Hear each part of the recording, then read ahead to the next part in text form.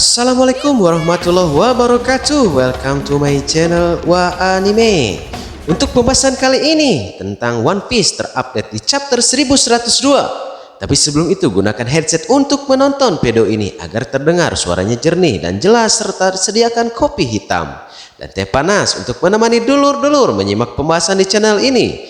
Jadi langsung saja gaskeun.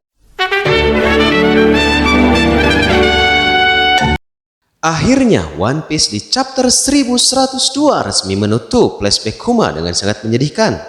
Apakah ini menjadi flashback terbaik sepanjang kisah One Piece? Kita simak ulasan lengkapnya dalam pembahasan One Piece di chapter 1102 berikut ini. Yang pertama, Jewelry Bunny menjadi bajak laut. Di bagian awal One Piece chapter 1102 kita diperlihatkan bagaimana perjalanan Jewelry Bunny sebagai bajak laut bersama Gyo dan yang lainnya. Ternyata Bunny mendapatkan reputasinya sebagai bajak laut yang buruk akibat dua hal. Yang pertama, ada perintah untuk menangkap Bunny yang disampaikan kepada seluruh personil angkatan laut. Perintah ini hampir pasti datang dari Saturnus karena ia jelas ingin Bunny kembali menjadi sandera mereka. Kedua, kekuatan buah iblis Bunny yang mampu memanipulasi umur. Kekuatan Toshi-Toshinomi ini jadi membuat mereka seolah melukai anak kecil dan orang tua di sepanjang perjalanan mereka. Padahal kru Bunny jelas tidak sejahat itu. Kalau melihat dari aturan kapal mereka tentang bagaimana menjadi bajak laut. Menariknya, Bunny tampak tidak masalah dengan reputasi ini karena popularitasnya sebagai bajak laut tentu akan membuat perjalanannya diketahui oleh sang ayah.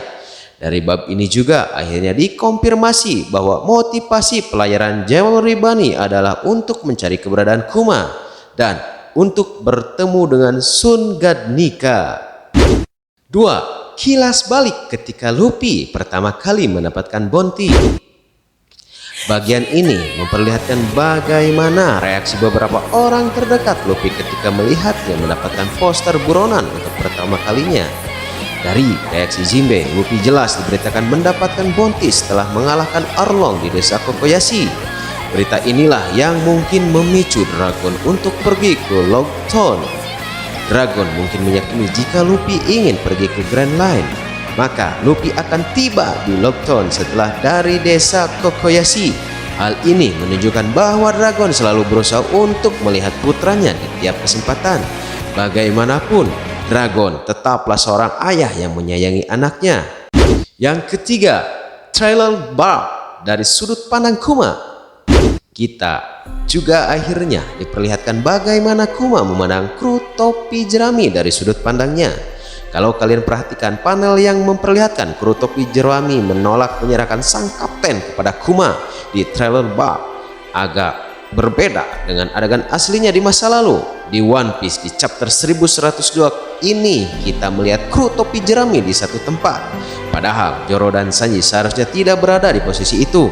Dan yang berteriak untuk menolak menyerahkan Luffy di bab 484 tidak cuma topi jerami, tapi Lola dan krunya juga.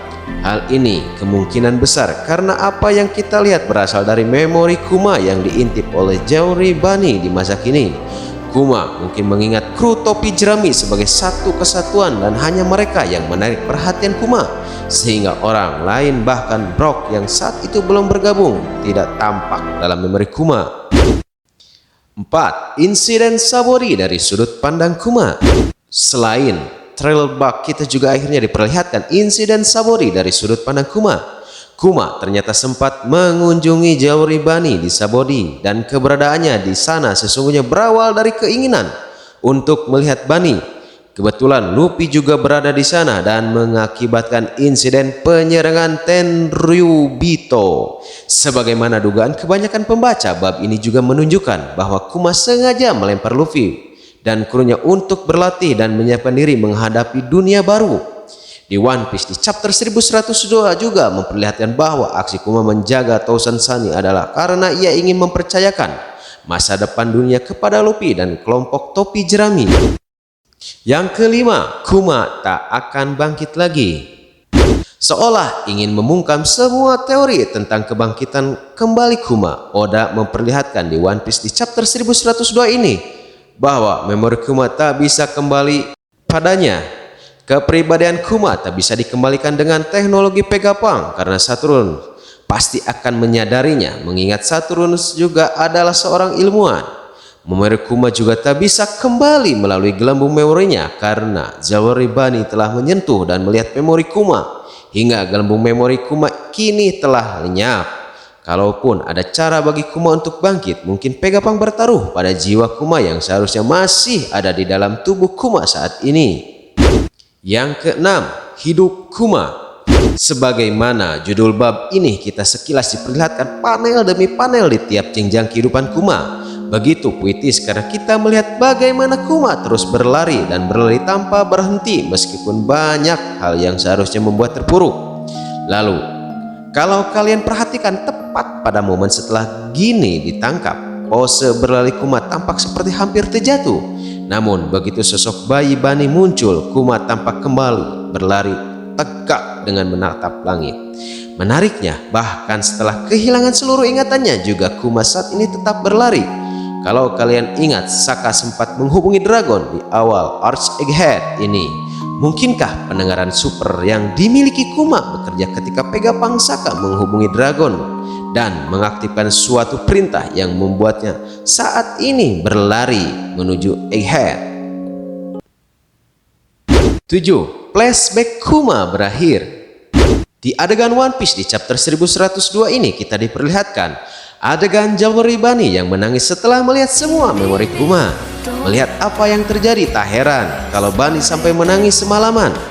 Bagian ini juga menegaskan kalau flashback Kuma diperlihatkan melalui ingatan Bunny yang melihat semuanya setelah menyentuh memori Kuma.